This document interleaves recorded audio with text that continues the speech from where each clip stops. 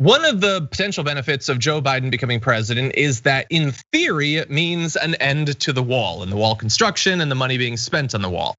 Biden said this summer that he would not build another foot of the border barriers, which is good. Obviously, good to not follow Trump's path in building this massive, expensive, unnecessary, offensive, xenophobic wall. Hopefully, also, this is an assertion that he's not going to do the sorts of things that many Democrats have done in the past, which is support fencing and those sorts of things, or even non-physical barriers that are massive wastes of time that demonize people who are trying to get the country, all of that. But anyway, if he does this, what could some of the economic benefits be? Well, the US government would apparently save about $2.6 billion if he immediately halts construction on the border wall on his first day. This is according to the US Army Corps of Engineers. I'm sure the right is going to love demonizing that organization now that they've said that a lot of money could be saved. As of right now, to give you an update, the Trump administration has been able to complete 738 miles of border wall. It received $15 billion in federal funding, about 1/3 of which came from Congress as part of the standard appropriations process, and which I would say 100% of which was a massive waste of money that could have been better spent on literally anything. Nearly $3.3 billion in unused funds will remain in the project's account when Biden begins his term, and in theory, that could then be transitioned to something else. So we have a little bit more on this, but Viviana, maybe an end to the wall. That's good news, right? Coming up in just a few weeks. I mean, hello, absolutely. This is Frank came to join us. Frank is also, he's undocumented. The wall didn't keep him out. So, he doesn't have any papers. But I'm hoping that this obviously stopping the construction of 700 miles. I mean, maybe if we were like a little tiny country, that would help, but that's nothing. But I'm hoping that money can then be used for another stimulus bill. Can you imagine? They can't give people $1,200, but they can spend this much money on a fake, nothing symbol, xenophobic symbol. I mean, it's just really, it's something that I'm hoping. I don't have a lot of hopes for Biden's administration, but I'm hoping that this money will be put to good use. And also the people who have supported the wall bill, building the wall. I mean, haven't they already been humiliated enough just throwing money at people that are buying yachts? I mean, Trump, and I know you've talked about this a lot on the show. Trump asking people for money just to put it in his own pocket, and they're still doing it. They don't care. They really think that they're standing up for what's right in this country.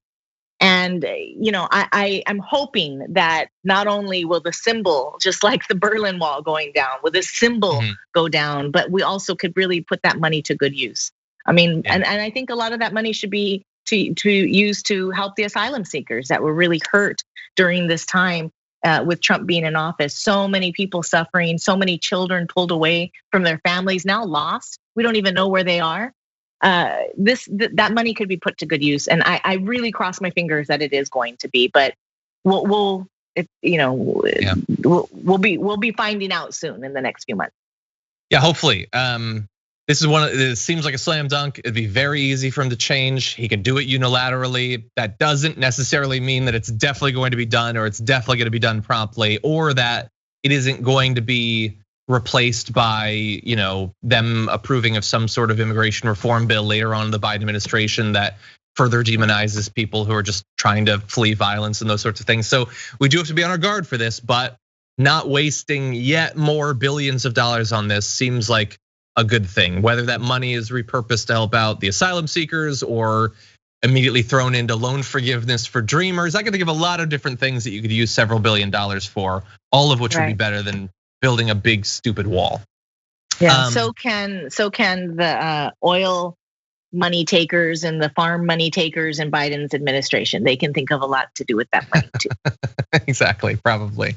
Really fast, I'm gonna jump ahead slightly, but I wanna let you know that construction crews along the border have been working round the clock in multiple locations to build the barriers as fast as possible before Biden takes office. No, but that's weird because he's not gonna take office because they stole the election and the storm is coming. So if you're hammering faster, isn't that an acknowledgement that Trump lost? Anyway, that's just like Caitlin McEnany going up there and she does double talk every time. Like, oh, well, we're fighting it, but there's gonna be this and then this. They can't make up their mind. It's really, they know he's not gonna be in office. It's really just meant so that people continue to have to doubt in the democratic process and really have doubt in this country, and it's working. Yeah. And to be fair, the people who are working, even the people who own these construction companies, I have no idea if they're conservative. I'm sure they just want to soak up as much of those contracts as possible before they're tapped out. It could be economic, but yeah, exactly. Anyway, oh, by the way, just a little update in terms of like, if all the other arguments that we've made against the wall haven't gotten through to you, if you're maybe conservative and you're watching this, or maybe you're centrist or on the left, but you have a different view of immigration or whatever. I'm gonna jump to the last graphic. Undocumented migration has increased significantly during the years that Trump has spent heavily on the wall. Despite the completion of more than 400 miles of new fencing, border authorities made more than 70,000 detentions in October and November, the highest totals for those 2 months in more than a decade.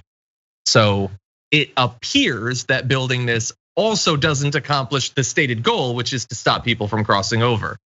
Yeah. And who could have predicted that except all the people that did? Yeah. We knew that, yeah.